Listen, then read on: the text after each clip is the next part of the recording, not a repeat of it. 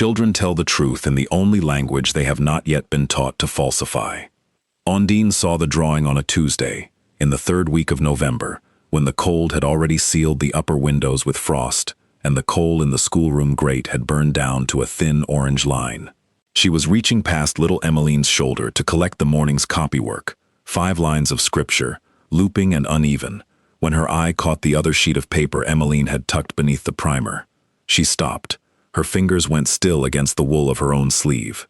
The drawing was done in brown crayon, the figures rendered with the particular sincerity of a 7-year-old who has not yet learned to apologize for what she sees.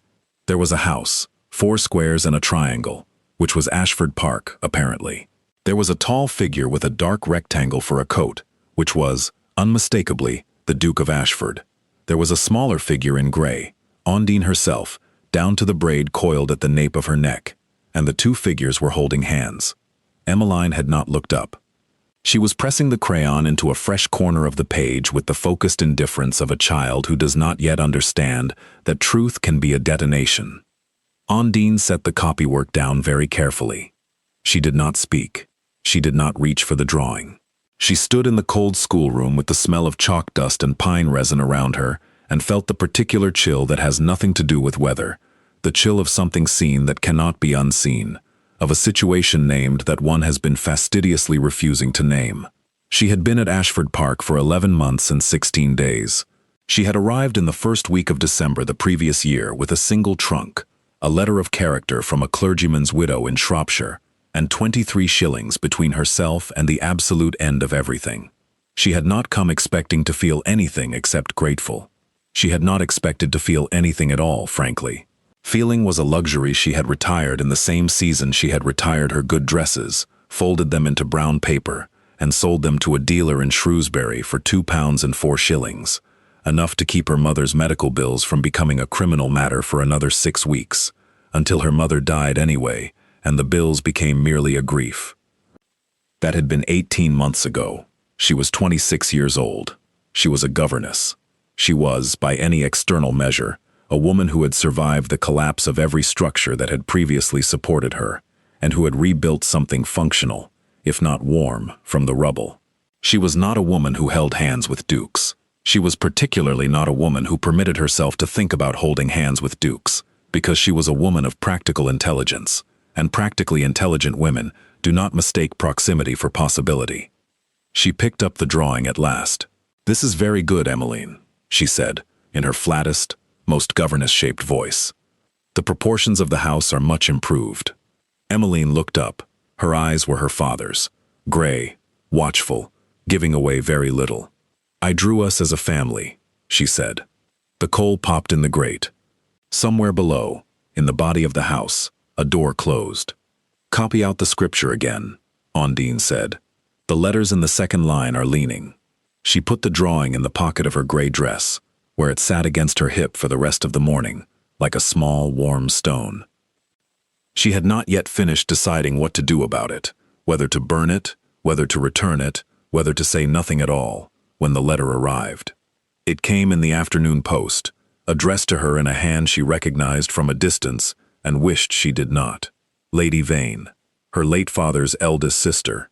The woman who had attended his funeral in a black veil so expensive it had made Ondine's teeth ache, wept conspicuously into an embroidered handkerchief, and then spent the following 3 weeks systematically contesting every element of his estate, on the grounds that Ondine's mother had been of insufficient pedigree to inherit a barony's secondary property.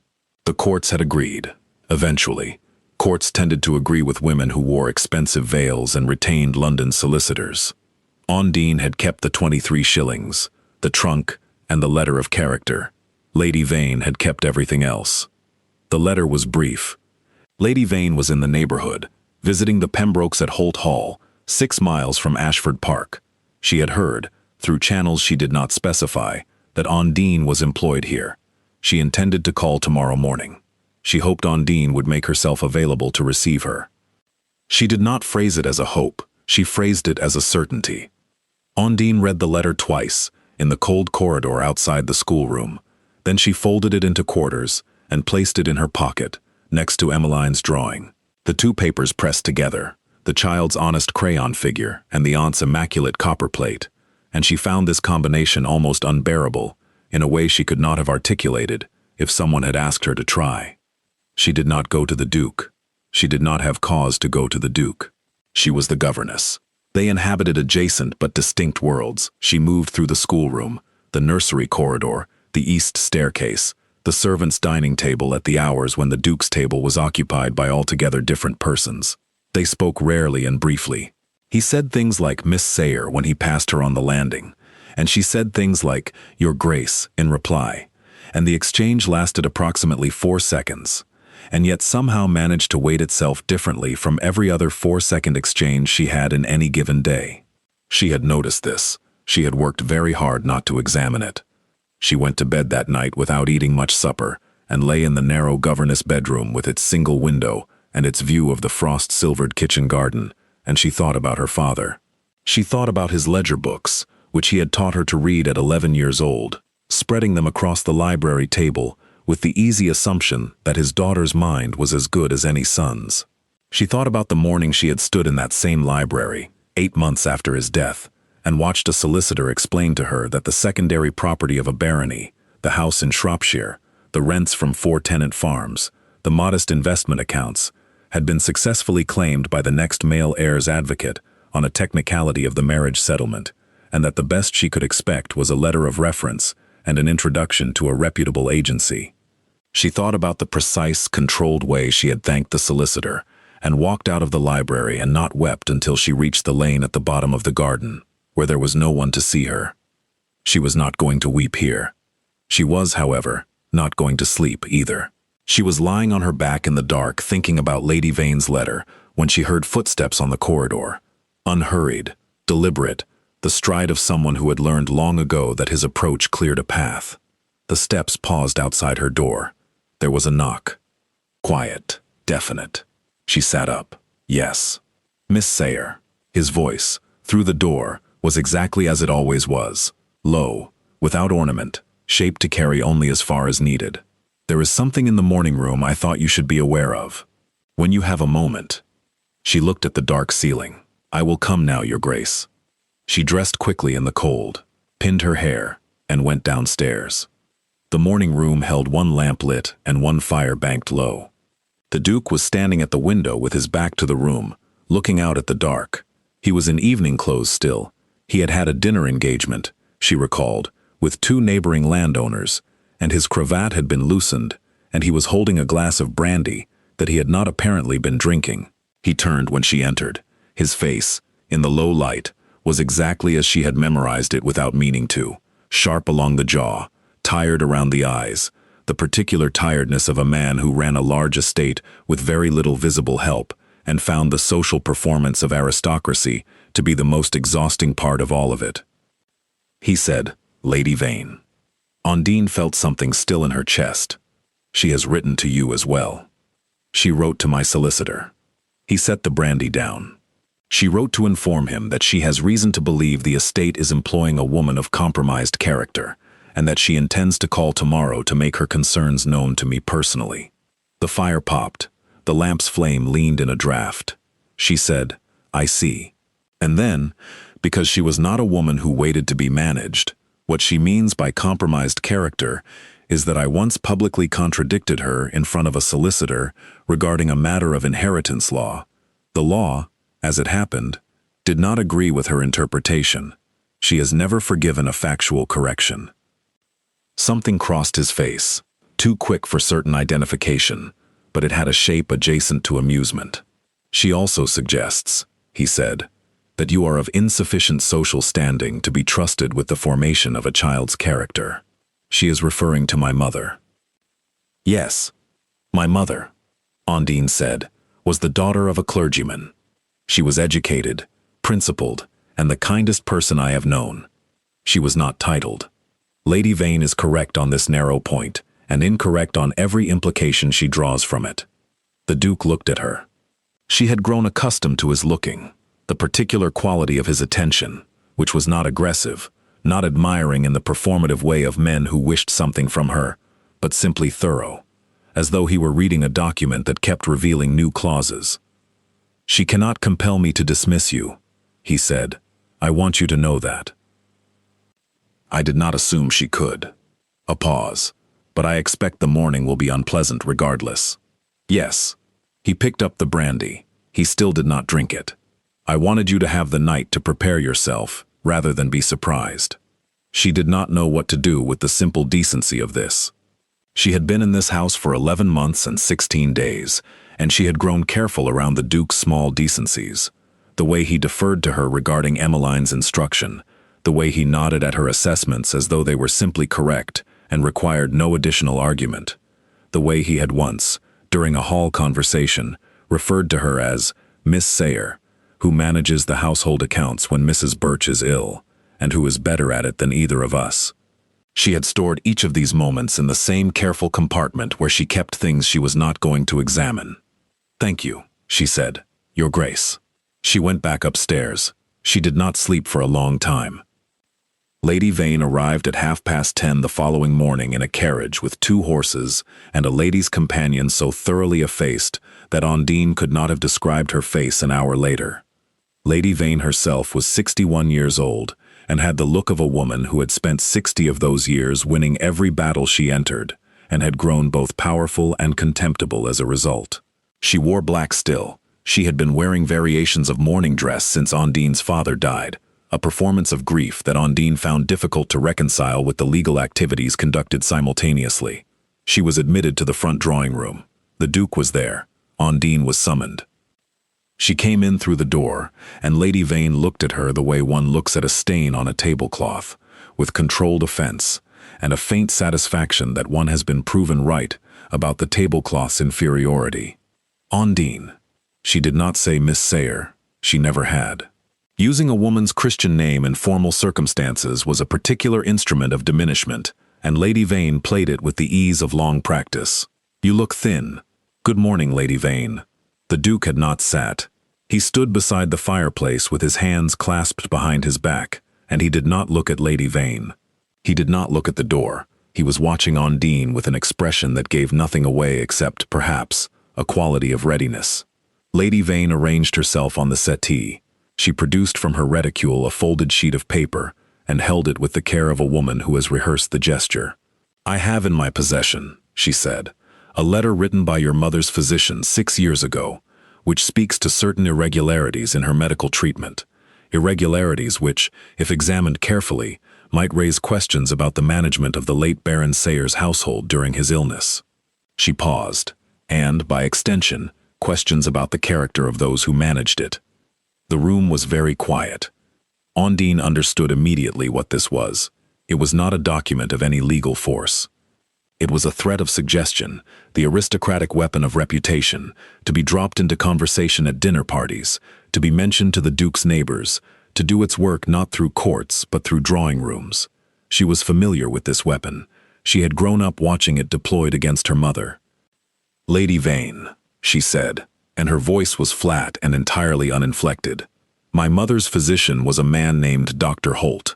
He was dismissed from his practice 18 months after writing any letter he may have written, for falsifying medical certificates on behalf of families who paid him to do so. His correspondence has been considered unreliable by 3 county courts and 1 London inquiry. If you have a letter from him, it is precisely as authoritative as a letter from the boot boy." Lady Vane's expression tightened. The silk of her reticule crinkled in her grip. "Furthermore," Undine continued, "the management of Sayer House during my father's illness was conducted by me, from his 4th month of incapacity until his death, and I kept every ledger. I have them still. They are itemized to the penny for a period of 31 months. If anyone examines the conduct of that household during that time, they will find that I purchased coal on the cheapest quarter day, negotiated the physician's fees down by 12% from the original estimate, reduced the household staff by 2 to offset the medical costs, and did not once divert a single shilling to my own account beyond my stipulated household allowance, which was £11 a year." She stopped. The fire made its small sounds. "You managed your father's household accounts," the Duke said. He said it not as a question. He said it as a man placing a piece of a puzzle into a gap he had been examining for some time. "From age 17, she said, "he taught me." Lady Vane had recovered the architecture of her composure, but it had shifted. The bones of it now showed. "This is all very interesting," she said, in the ornate drawl she reserved for situations she wished to appear above. "But I think the Duke of Ashford, as a man of consequence, will find it curious that a woman in service in his household has taken it upon herself to address his guest with such extraordinary presumption. One must ask what other liberties." "Miss Sayer speaks at my invitation," the Duke said. He did not raise his voice. He did not need to. It was exactly the vocal register of a man who has issued a very large number of final statements and knows precisely how they land. "And I find her account of the Sayer household accounts more relevant to this conversation than you apparently intended it to be." Lady Vane looked at him. She recalibrated, visibly, smoothly. She had not reached 61 years of winning by failing to read rooms. "Your Grace," she said with a smile that was wide and cold, "I am simply concerned for the welfare of your daughter, a child raised by a governess of uncertain provenance." "My daughter," the Duke said, "drew a picture of her family last week. Miss Sayer was in it."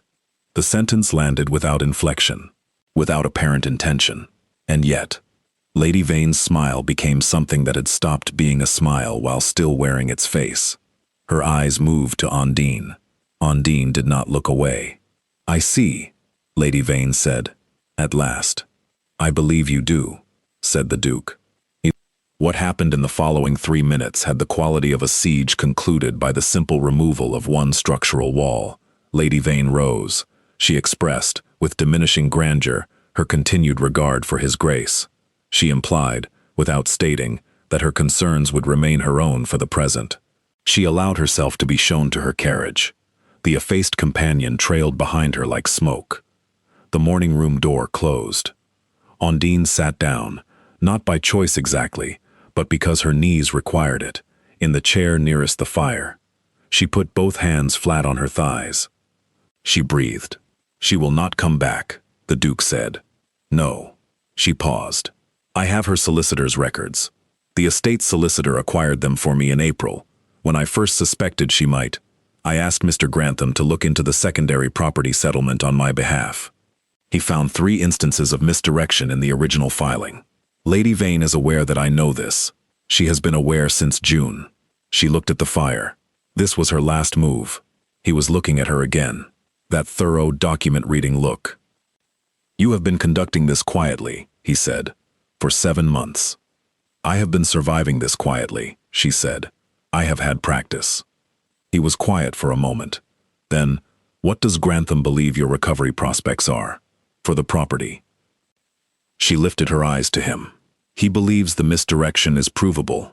He believes the tenant farm rents, 4 farms, 46 shillings per quarter each, could be restored by Chancery within 2 to 3 years, pending review."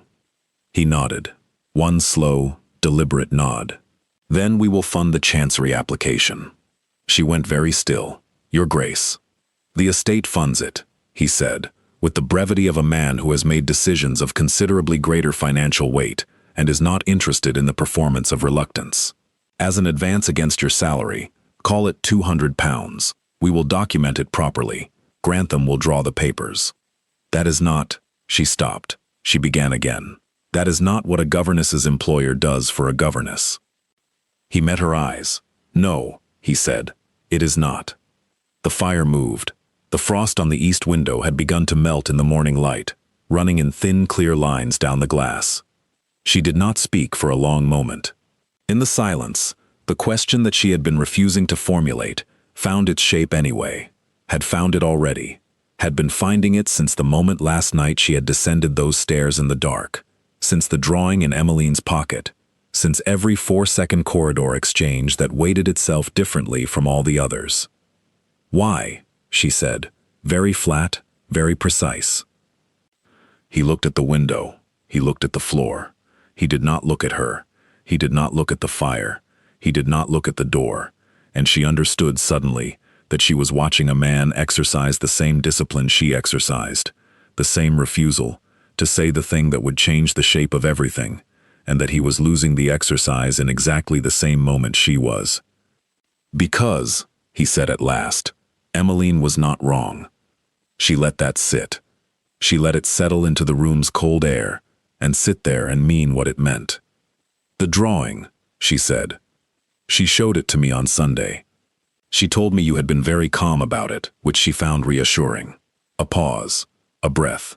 She said you told her the proportions of the house were improved. Something cracked open in the center of Ondine's chest. Something that had been sealed for a long time, that had required a very large amount of daily effort to keep sealed. It was not grief, precisely, though grief was threaded through it. It was the particular pain of something that has been compressed for so long that it has forgotten it was ever soft. She is a very perceptive child, Ondine said. She is her mother's stubbornness, and my father's eyes, and something else entirely that I cannot account for. He turned to look at her then, fully, with none of the usual management of the expression. I should tell you, my wife died 4 years ago. I have not. He stopped. He began again in the abbreviated manner of a man who speaks little, because he feels deeply, and finds the combination difficult to navigate. I am not offering you charity, Miss Sayer. I want to be clear on that point. She stood up. She was not tall, but she stood in a way that her father had once said made her seem considerably more than her actual height. Some quality of the spine, the chin, the absolute refusal to diminish herself in the rooms she entered.